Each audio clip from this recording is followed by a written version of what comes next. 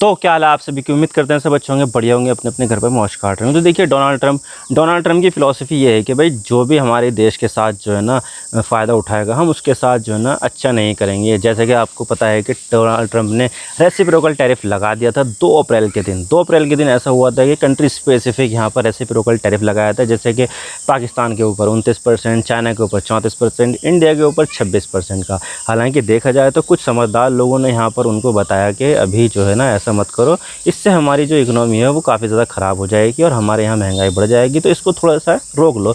तो तब यहाँ पर डोनाल्ड ट्रम्प फैसला किया उन्होंने और बताया कि भाई 90 दिन के लिए अभी के लिए मैं रोक रहा हूँ जो कंट्री स्पेसिफिक टैरिफ है, लेकिन 10% तो आपको देना ही होगा। यानी कि यहाँ पर पूरी दुनिया से जो भी सामान अमेरिका में आएगा 10% यहाँ पर टैरिफ लगा दिया जाएगा। और यहाँ पर इंडिया को भी काफ़ी ज़्यादा हैरानी हुई थी। डोनाल्ड ट्रम्प ने तो यहाँ पर इंडिया को टैरिफ किंग तक कह दिया था। यानी कि यहाँ पर जो है ना डोनाल्ड ट्रम्प की परिभाषा के हिसाब से भारत जो है काफ़ी ज़्यादा टैरिफ लगाता है अमेरिका के सामानों पर, जैसे कि जो हार्ले डेविडसन बाइक है या फिर जो है दूसरे सामान है उन सब पर भारी भरकम टैरिफ लगा देता है। और इसी वजह से डोनाल्ड ट्रम्प ने कह दिया कि भाई इंडिया जो है ना टैरिफ किंग है, बहुत ज़्यादा अब्यूज़ करता है वो, और इंडिया जो है अमेरिका से काफ़ी ज़्यादा पैसा कमाता भी है। और जो ये तो खैर गलत नहीं बोला था, इंडिया यहाँ पर अमेरिका से काफ़ी पैसा कमाता है और यहाँ पर जो है ना इंडिया एक्सपोर्ट ज़्यादा करता है, इंपोर्ट यहाँ पर कम करता है, जिससे यहाँ पर काफ़ी अच्छे खासे पैसे आ जाते हैं। और रिसेंटली अगर हम डेटा की बात करें तो दोनों देशों के बीच में जो व्यापार है वो 131 बिलियन यूएस डॉलर है। और अमेरिका भारत का सबसे बड़ा ट्रेडिंग पार्टनर है। यानी कि यहाँ पर किसी भी देश के साथ अगर भारत व्यापार करता है तो सबसे ज़्यादा यहाँ पर अमेरिका के साथ करता है। और उसमें भी यहाँ पर जो ना भारत के लिए जो है ना सही होता है ट्रेड, यानी कि भारत यहाँ पर अमेरिका को एक्सपोर्ट ज़्यादा करता है, इंपोर्ट यहाँ पर कम करता है।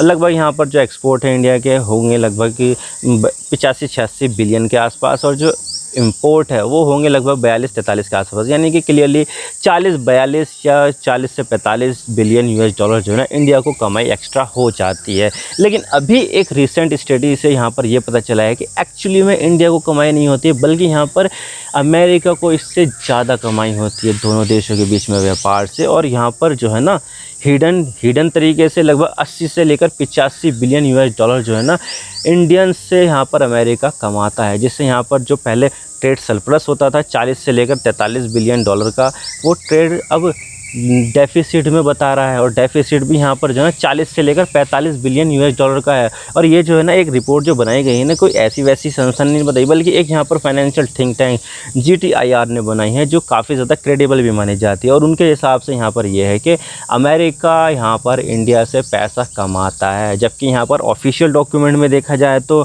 जो ट्रेड है दोनों देशों के बीच में उसमें यहाँ पर इंडिया एक्सपोर्ट ज़्यादा करता है, इंपोर्ट यहाँ पर कम करता है, जिससे इंडिया को यहाँ पर काफ़ी ज़्यादा बचत हो जाती है। वो ऑफिशियल डेटा है, लेकिन अनऑफिशियल हिडन तरीके से यहाँ पर अमेरिका इंडिया से ज़्यादा पैसा कमा लेता है। तो कैसे कमाता है, क्या है इसके पीछे की वजह, आज इसके बारे में पूरी डिटेल के साथ बात करते हैं। लेकिन उससे पहले आप चैनल पर नए हो सब्सक्राइब जरूर कर देना, वीडियो को चाहे लाइक करो डिसलाइक करो, लेकिन चैनल को सब्सक्राइब जरूर करना। और आप मुझे बताइए कि क्या यहाँ पर इंडिया जो है अमेरिका से ज़्यादा पैसा कमाता है, या फिर जो अमेरिका है वो इंडिया से ज़्यादा पैसा कमाता है। कमेंट सेक्शन में ज़रूर बताइएगा। तो चलो शुरू कर दो।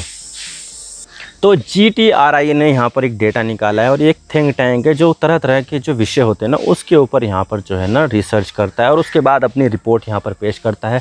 तो उन्होंने यहाँ पर इस चीज़ के ऊपर भी रिपोर्ट निकाली कि भाई यहाँ पर देख तो लेंगे यहाँ पर भारत और अमेरिका के बीच में जो व्यापार होता है उसमें क्या क्या कैसे कैसे चीज़ें होती है, क्या यहाँ पर जो है ना आंकड़े दिखाए जाते हैं, क्या वो हकीकत है या फिर कुछ जो है ना छुपाया भी जाता है। तो उन्होंने यहाँ पर ये बताया है रिपोर्ट में अपनी कि हम यहाँ पर ऑफिशियल आंकड़े जो होते हैं उसमें तो यहाँ पर ये देखते हैं कि 40 से लेकर 43 बिलियन 45 बिलियन इतने तक का यहाँ पर भारत को ट्रेड सरप्लस होता है। यानी कि यहाँ पर भारत एक्सपोर्ट ज़्यादा करता है, इंपोर्ट यहाँ पर कम करता है। लेकिन हकीकत में ऐसी बहुत सारी हिडन चीज़ हैं जिसमें यहाँ पर ये पता चला है कि एक्चुअली में यहाँ पर इंडिया सरप्लस में नहीं है, बल्कि इंडिया यहाँ पर डेफिसिट में, और वो भी यहाँ पर 35 से लेकर 40 बिलियन यूएस डॉलर। यानी कि यहाँ पर हम समझते थे कि भाई हम यहाँ पर अमेरिका से ज़्यादा फ़ायदा उठा रहे हैं, हम यहाँ पर अमेरिका को ज़्यादा सामान बेच पा रहे हैं, जबकि हकीकत में ऐसा बिल्कुल भी नहीं है इनकी स्टडी के अनुसार। और वो कैसे, अब उसके बारे में बात कर लेते हैं। और सबसे बड़ी चीज़ जो कंट्रीब्यूट करती है वो है यहाँ पर हायर एजुकेशन। अब देखिए यहाँ पर जो है ना इंडिया से बहुत सारे जो लोग हैं, स्टूडेंट्स जो है वो चाहते हैं कि हम विदेश में पढ़े, और उसमें यहाँ पर सबसे अट्रैक्टिव कोई सा देश है तो वो है अमेरिका। तो अमेरिका में इंडिया से बहुत ज़्यादा लोग पढ़ने जाते हैं, चाहे वो यूनिवर्सिटी ऑफ न्यूयॉर्क हो, साउदर्न कैलिफोर्निया हो, टेक्सास हो, बॉस्टन हो, बहुत सारी यहाँ पर जो है यूनिवर्सिटीज़ है जो यहाँ पर फॉरेन स्टूडेंट्स को लेती है, और उसमें यहाँ पर जो है ना इंडियन स्टूडेंट काफ़ी ज़्यादा जाते हैं। तो इंडियन स्टूडेंट यहाँ पर ओवरऑल देखा जाए तो हर साल 25 बिलियन यूएस डॉलर यहाँ पर खर्च करते हैं अमेरिका में, जिसमें से 15 बिलियन यूएस डॉलर तो फ़ीस ही हो गई है ट्यूशन की, यानी कि पढ़ाई लिखाई का जो खर्च है वो, और उसके अलावा बाकी का जो 10 बिलियन यूएस डॉलर है वो उनके अदर एक्सपेंसेस ज़्यादा आते हैं, जैसे कि उनका रहने का खर्च, खाने पीने का खर्च, इसके अलावा ट्रांसपोर्टेशन का खर्च, मतलब कि बहुत सारी चीज़ें आ जाती है उसमें। तो इस तरह से देखा जाए तो जो हायर एजुकेशन में इंडियंस जाते हैं अमेरिका में तो 25 बिलियन यूएस डॉलर यहाँ पर खर्च करते हैं, जो पर स्टूडेंट कॉस्ट जो आती है वो 87,000 यूएस डॉलर से 1,40,000 यूएस डॉलर पर एनम आती है। यानी कि यहाँ पर इंडियंस जो है वो काफ़ी ज़्यादा पैसा अमेरिका में खर्च करते हैं, और इससे यहाँ पर क्या होता है कि इंडिया का जो डॉलर है वो यहाँ पर जाता है अमेरिका में, और अमेरिका में यहाँ पर खर्च होता है। तो इससे क्या होता है कि इंडिया का पैसा वापस से अमेरिका की इकोनॉमी को काफ़ी ज़्यादा बूस्ट करता है। अब देखिए अमेरिका में जो एजुकेशन है वो फ्री नहीं है, यूरोप में तो फ्री मिल जाएगी या फिर दूसरे कई सारे देशों में फ्री मिल जाएगी, लेकिन अमेरिका की जो एजुकेशन है वो फ्री बिल्कुल भी नहीं है, बल्कि यहाँ पर जो है ना बहुत ज़्यादा कॉस्टली है, बहुत ज़्यादा एक्सपेंसिव है, और उसमें भी यहाँ पर जो है ना ट्यूशन फीस काफ़ी ज़्यादा जाती है। भाई यहाँ पर इंडिया में देखा होगा कि आपने कि इंडिया की जो पढ़ाई है वो हमें काफ़ी ज़्यादा महंगी लगती है, कि एक बच्चे की जो फ़ीस होती है सालाना वो 2-2, 3-3 लाख रुपए जो है ना हर साल होती है, लेकिन अमेरिका में तो इससे भी ज़्यादा है। अमेरिका में यहाँ पर बहुत ज़्यादा ट्यूशन फ़ीस ली जाती है, लेकिन यहाँ पर फिर भी जो इंडियंस का जो रुझान है ना वो अमेरिका की यूनिवर्सिटी में काफ़ी अच्छा है, क्योंकि देखिए फेमिलियर वातावरण मिल जाता है। इंग्लिश यहाँ पर इंडियंस जो है ना काफ़ी अच्छी तरीके से बोल लेते हैं, समझ लेते हैं, चाहे वो नॉर्थ का कोई बंदा हो या साउथ का कोई बंदा हो, तो इंग्लिश में तो कोई ऐसी प्रॉब्लम आती नहीं है। तो देखा जाए तो अमेरिका में जो इंडियंस जाते हैं वो अच्छी तरीके से घुल मिल जाते हैं, और वहाँ पर जो है ना उनके लिए वो एक फेमिलियर माहौल हो जाता है, और वहाँ पर जो ट्रेंड वगैरह जो चलते हैं वो इंडिया में भी चलते हैं। तो इससे यहाँ पर जो चीज़ें जो होती है, जो यहाँ पर पहले अमेरिका जाने से पहले इंडिया में करता था, वही जो माहौल है वो वहाँ पर मिल जाता है। तो उसके लिए यहाँ पर जो है ना काफ़ी ज़्यादा अच्छा हो जाता है, और इसीलिए यहाँ पर जो है ना प्रेफर किया जाता है। और वैसे भी यहाँ पर अमेरिका का जो एजुकेशन सिस्टम है वो बढ़िया है, वहाँ पर काफ़ी अच्छी फैकल्टी भी है, और इसी के हिसाब से यहाँ पर जो है ना उनकी जो सैलरी वगैरह है वो होती है। तो सैलरी को जस्टिफाई करने के लिए स्टूडेंट से यहाँ पर पैसा काफ़ी ज़्यादा लिया जाता है। तो यही चीज़ हो जाती है कि यहाँ पर जो इंडियंस जाते हैं अमेरिका में वो काफ़ी ज़्यादा पैसा खर्च करते हैं पढ़ाई के दौरान। अब इंडियन स्टूडेंट वहाँ पर वो पैसा खर्च करते तो हैं, लेकिन यहाँ पर किसी भी तरह से कोई भी आंकड़ों में उसको यहाँ पर जो ना इंक्लूड किया ही नहीं जाता है। तो इससे यहाँ पर ये लगता है कि भाई ये जो कुछ होता है वो कुछ नहीं होता है, इसको आंकड़ों में शामिल ही नहीं करो। जबकि यहाँ पर डॉलर जो है वो इंडिया से जाता तो है, खर्च यहाँ पर कहाँ पर होता है, अमेरिका में खर्च होता है। तो अमेरिका की इकोनॉमी इससे ज़्यादा मजबूत होती है, और पैसा किसका होता है, वो इंडियंस का पैसा होता है। तो वो आंकड़ों में होता नहीं है, लेकिन यहाँ पर जो है ना अमेरिका की इकोनॉमी को वो मजबूत करता है। और इसी तरह से यहाँ पर जो अगर हम बात करें दूसरे एस्पेक्ट की, तो वो है यहाँ पर डिजिटल जो चीज़ें होती है, जो बड़ी बड़ी टेक कंपनियां हैं वो यहाँ पर काफ़ी ज़्यादा पैसा जो है ना कमाती हैं। जैसे कि यहाँ पर कई सारी कंपनियां, माइक्रोसॉफ्ट है, अमेज़ॉन है, गूगल है, वो तरह तरह की चीज़ों से यहाँ पर जो है ना पैसा कमाती है। जैसे कि डिजिटल एडवर्टाइजमेंट, अब देखिए यहाँ पर जो है ना किसी को भी अपना जो बिज़नेस है वो ऑनलाइन लेके जाना है, तो उसके लिए यहाँ पर सबसे बड़ा प्लेटफॉर्म है, यहाँ पर गूगल है, मेटा है, और कौन सा है, एक है यहाँ पर अमेज़ॉन। सामान बेचेंगे अमेज़ॉन में, यहाँ पर जो है ना पैसा जाएगा। एडवर्टीज़मेंट करेंगे अमेज़ॉन में, आपने देखा होगा कोई सा सामान अगर अमेज़ॉन में सर्च करो तो सबसे पहले 2-3 जो आइटम्स आते हैं वो ऐड वाले आते हैं, उस पर लिखा हुआ होता है ऐड। तो उन्होंने यहाँ पर पैसा दे के उस अपने प्रोडक्ट को बूस्ट किया है। इसी तरह से गूगल पर कोई सा सामान सर्च करोगे तो वहाँ पर लिस्ट आ जाएगी, तो उन्होंने भी यहाँ पर गूगल को पैसा दिया है। इसी तरह से मेटा के जो प्लेटफॉर्म है, जैसे कि इंस्टाग्राम है, मैसेंजर है, फेसबुक है, उसको भी आपको पैसा देना पड़ेगा, तो वो भी यहाँ पर आपके प्रोडक्ट को प्रमोट करेंगे। तो इस तरह से वेरियस तरीके से यहाँ पर जो है ना वो एडवर्टीज़मेंट कराते हैं, और एडवर्टीज़मेंट पैसा कराने के बाद जो पैसा कमाते हैं वो ले जाते हैं अमेरिका में। तो ये भी चीज़ यहाँ पर जो है ना काफ़ी ज़्यादा इंपॉर्टेंट है। और इसी तरह से बहुत सारी चीज़ें की जाती है, जैसे कि ऐप बेस्ड सब्सक्रिप्शन। अब देखिए कोई सी जो एक ऐप होती है वो यहाँ पर गूगल प्ले स्टोर या फिर एप्पल के ऐप स्टोर पर अगर लिस्टेड है, तो वो अगर सब्सक्रिप्शन बेचती है, जैसे कि कोई सा टीवी का प्लेटफॉर्म है या फिर जो ना ओटीटी है, तो वो अपना जो सब्सक्रिप्शन बेचेगी ना, तो उसमें से एक कट प्ले स्टोर को भी जाएगा और ऐप स्टोर को भी जाएगा। मान लीजिए 100 रुपये का सब्सक्रिप्शन है किसी ओटीटी का, तो उसमें से यहाँ पर 15-20%, 25% तक तो वो जहाँ पर लिस्ट है वो ऐप, जैसे कि प्ले स्टोर पे, तो उसको भी कट जाएगा, और जो एप्पल का ऐप स्टोर है वो भी कट लेगा। तो इस तरह से यहाँ पर जो ओटीटी से जो सब्सक्रिप्शन होता है या या फिर किसी दूसरी तरीके से सब्सक्रिप्शन होता है, वो पैसा भी यहाँ पर ये विदेशी कंपनियाँ ले जाती है। और इसके अलावा क्लाउड सर्विसेज यहाँ पर ऑफर करती है। मान लीजिए कोई OTT कंपनी है, अब देखिए यहाँ पर जो OTT सर्विसेज होती है ना, उनके पास डेटा बहुत ज़्यादा होता है, तो उसको स्टोर करने के लिए यहाँ पर चाहिए उनको क्लाउड सर्विसेज। लेकिन क्लाउड सर्विसेज, क्लाउड स्टोरेज जो बनाना है वो इतना आसान होता नहीं है, उसके लिए काफ़ी स्पेशलाइज सर्विसेज की ज़रूरत होती है। तो ये जो है ना अमेज़ॉन, फेसबुक, गूगल, ये क्लाउड बेस्ड सर्विसेज ऑफ़र करती है। तो यहाँ पर इससे भी यहाँ पर वो पैसा कमाती है। और दूसरी तरह से भी यहाँ पर और भी कई सारे जो है एस्पेक्ट है वो डिजिटली, वो भी उससे भी यहाँ पर पैसा कमा कर वो अमेरिका ले जाती है। और उसमें यहाँ पर 15 से 20 बिलियन US डॉलर जो है ना कमाती है ये टेक कंपनियाँ। तो आप सोच सकते हैं कितना ज़्यादा पैसा कमा कर ये ले जाती है।